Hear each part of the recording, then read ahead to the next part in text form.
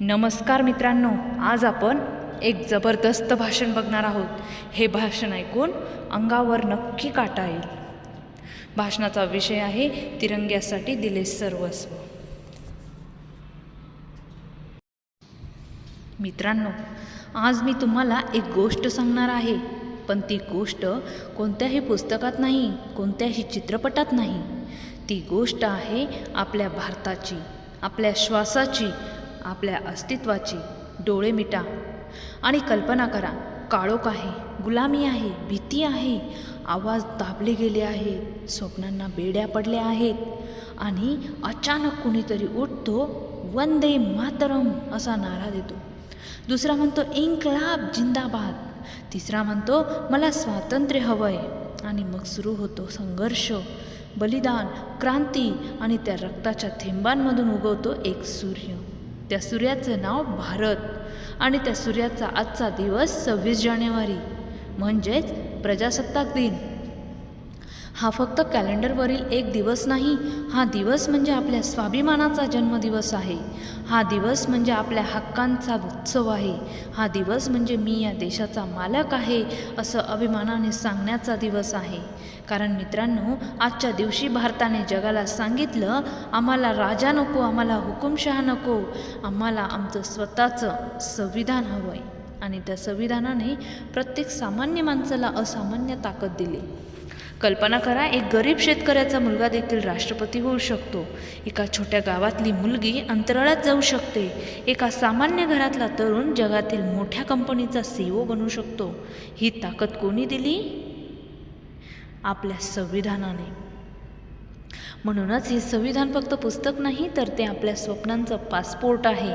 आणि मित्रांनो, डॉक्टर बाबासाहेब आंबेडकरांनी दिवस रात्र मेहनत करून आपल्याला जगातील सर्वात मोठं आणि सुंदर संविधान दिलं आहे. त्यांनी आपल्याला समानता दिली, स्वातंत्र्य दिलं, न्याय दिलं आणि सर्वात महत्त्वाचं म्हणजे माणूस म्हणून जगण्याचा अधिकार दिला. म्हणूनच आज आपण उभं राहून श्वास घेतोय, आपलं मत मांडतोय, आपलं भविष्य घडवतोय. पण एक गोष्ट विचारा स्वतःला, आपण या स्वातंत्र्याची किंमत ओळखतो का? जे स्वातंत्र्य आपल्याला सहज मिळाल्यासारखं वाटतं, त्यासाठी कुणीतरी फाशीच्या दोरीवर झुललं होतं, कुणीतरी गोळ्या झेलल्या होत्या, कुणीतरी आयुष्यभर तुरुंगात चढला होता. भगतसिंगांच्या चेहऱ्यावर हसू होतं, कारण ते देशासाठी मरत होते. नेताजी सुभाषचंद्र बोसांनी घर सोडलं, कारण त्यांना देश मोठा वाटला. गांधीजींनी लाठी खाल्ली, पण सत्य सोडलं नाही. आणि हजारो अनामिक वीरांनी इतिहासाचं नाव नसलं तरी भारताच्या मातीमध्ये त्यांचं रक्त मिसळलं. मित्रांनो, जेव्हा आपण रात्री शांत झोपतो, तेव्हा कुणीतरी सैनिक सीमेवर उभा असतो. त्याच्या हातात बंदूक असते, पण हृदयात आईचा फोटो असतो. त्याला थंडीचा त्रास होतो, पण तो देशासाठी हसतो. त्याला सण नाही, सुट्टी नाही, आराम नाही, कारण त्याच्यासाठी सर्वात मोठा सण म्हणजे भारत सुरक्षित असणं. आपण जेव्हा घरात दिवाळी साजरी करतो, तेव्हा तो बर्फात उभा राहून देश वाचवत असतो. त्याच्या त्यागामुळेच आपल्याला स्वातंत्र्याचा आनंद घेता येतो. आजचा भारत बदलतो आहे. चंद्रावर तिरंगा फडकतोय, मंगळावर मोहिमा जात आहे. डिजिटल इंडियामुळे जग आपल्याकडे पाहत आहे. आपल्या शास्त्रज्ञांनी जगाला दाखवलं, भारत फक्त स्वप्न पाहत नाही, तर तो पूर्णही करतोय. आपल्या खेळाडूंनी ऑलिम्पिकमध्ये तिरंगा उंचवला. आपल्या विद्यार्थ्यांनी जागतिक स्पर्धांमध्ये नाव कमवलं. हा नवीन भारत आहे, आत्मविश्वासाने भरलेला, धैर्याने उभा असलेला. पण मित्रांनो, अजूनही एक लढाई बाकी आहे.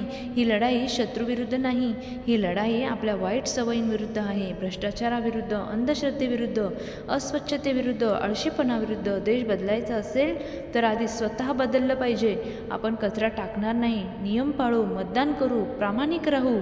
हेच खरं देशप्रेम आहे. आजच्या तरुणाईमध्ये प्रचंड ताकद आहे. जर तरुणांनी ठरवलं तर इतिहास बदलू शकतो. तुमच्यातील एखादा शास्त्रज्ञ होईल, एखादा सैनिक होईल, एखादा शिक्षक होईल, एखादा नेता होईल. पण प्रत्येकाने एक गोष्ट लक्षात ठेवा, तुम्ही जे काही व्हाल ते भारतासाठी व्हा. तुमचं यश फक्त तुमचं नसावं, ते देशाचं असावं.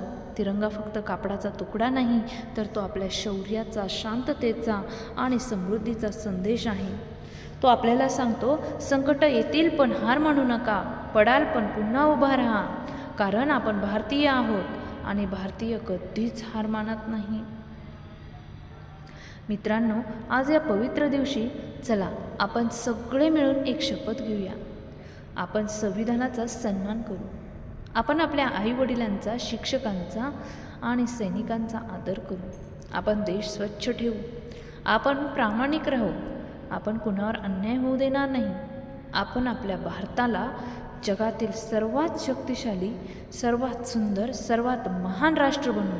आणि शेवटी जेव्हा कधी तिरंगा आकाशात फडकताना दिसेल तेव्हा लक्षात ठेवा, त्या प्रत्येक हालचालीत लाखो शहीदांची स्वप्न आहेत. त्या प्रत्येक रंगात आपल्या देशाची कहाणी आहे आणि त्या प्रत्येक लहरीत एक आवाज आहे, भारत माता की जय. चला छाती ताट करून, डोळ्यात स्वप्न घेऊन, हातात तिरंगा घेऊन मोठ्याने ओरडा, जय हिंद, जय भारत.